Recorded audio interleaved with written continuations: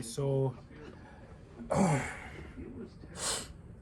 doing work day 5 today. Yeah, work day 5. This intro's happening after I had already done block A, because in the morning, it was kind of loud out here. So yeah, so I already did block A and everything. But yeah, this is day 4, and then right now I'm gonna be getting into block B. Yeah. All right, so block A summary. First thing I learned was, let's go back to the course real quick, but it was pivot point. Yeah, pivot point. And with pivot points is basically like support and resistance lines, but the pivot points is what like this instead. Pivot points calculate a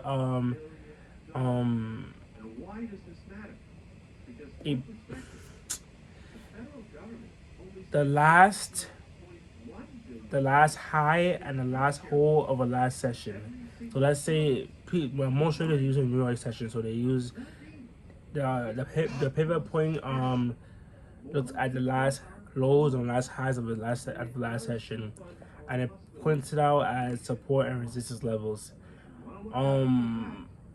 The thing with pivot points is like it's the same way as Fibonacci, but the difference between Fibonacci and pivot points is that pivot points are objective and the Fibonacci is subjective. What I mean by that is that a lot of market players will be looking at these pivot points, which make this pivot point it's like, what's the word I'm looking for? It's self-fulfilling. Since all traders are looking at those points, that means when price goes there, price is going to reverse, because that's what traders think is going to happen. And if traders think that's what's going to happen, if most of the traders think that's what's going to happen, then that's what's most likely going to happen. But yeah, pivot points give you a suggestion. It kind of helps you know where price may go and reverse. It's like, as I said, it's like basically support and resistance lines, but there's multiple of them. There could be 3 support lines and then 3 resistance lines, and it could be the pivot point in the middle. And if price goes to that point, let's say resistance 1, price could reverse. If price goes to support 1, price could reverse as well. And with pivot points, it also helps you to determine market sentiment. If price is trading over the pivot point, which is in the middle, then you can say that price is in a bullish trend and you should be looking for buys. If price is below the pivot point, that means price is in a bearish trend and you should be looking for sells. Basically, let's say if price is trading toward the resistance level, you could think that, okay, if price is gonna go to that level, then I could just trade up the bounce. This is range trading, by the way. I could just trade up the bounce. I think price is gonna reverse. So I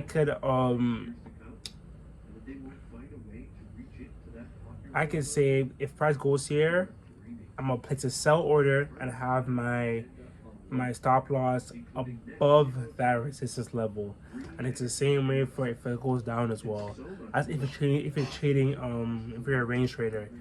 But if you are a trend trader, you could say that if price goes here, if price goes above the PP, the pivot point, I could say I'm gonna do a buy and have my stop loss above below the below support 1. So yeah, that's for range trading, and that's also for you could use pivot points for range trading and trend trading. Yeah. All right, so now I'm gonna get into work block B. All right, let's get to it now. Round 2.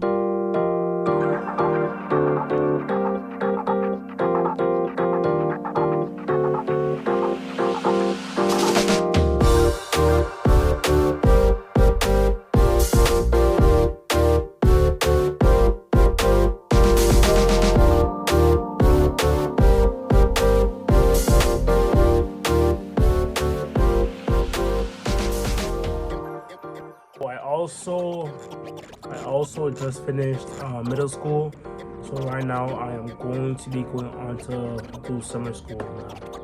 And in summer school, I'm learning the Heikin-Ashi candlesticks or Heikin-Ashi chart.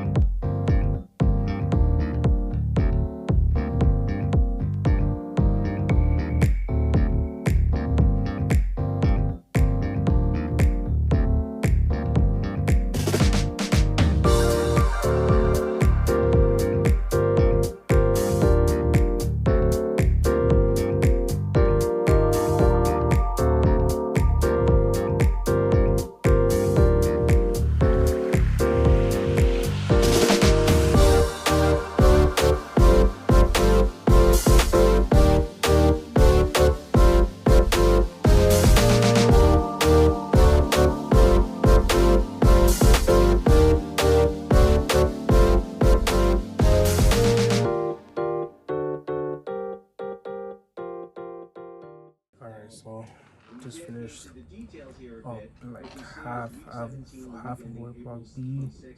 So total today we did like 5 hours.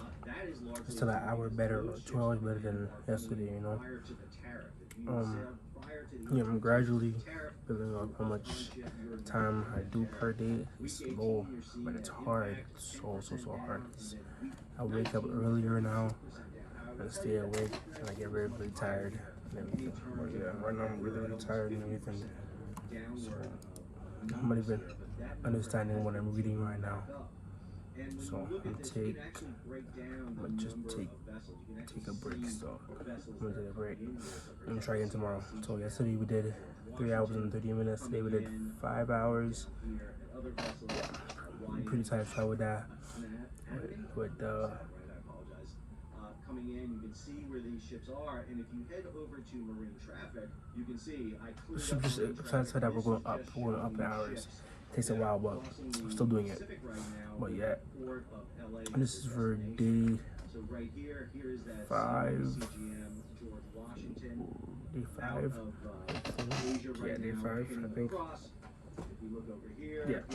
But yeah, see you guys for day 6. I keep trying to get 9 hours. It's a process. It's a really hard process, but it's a process.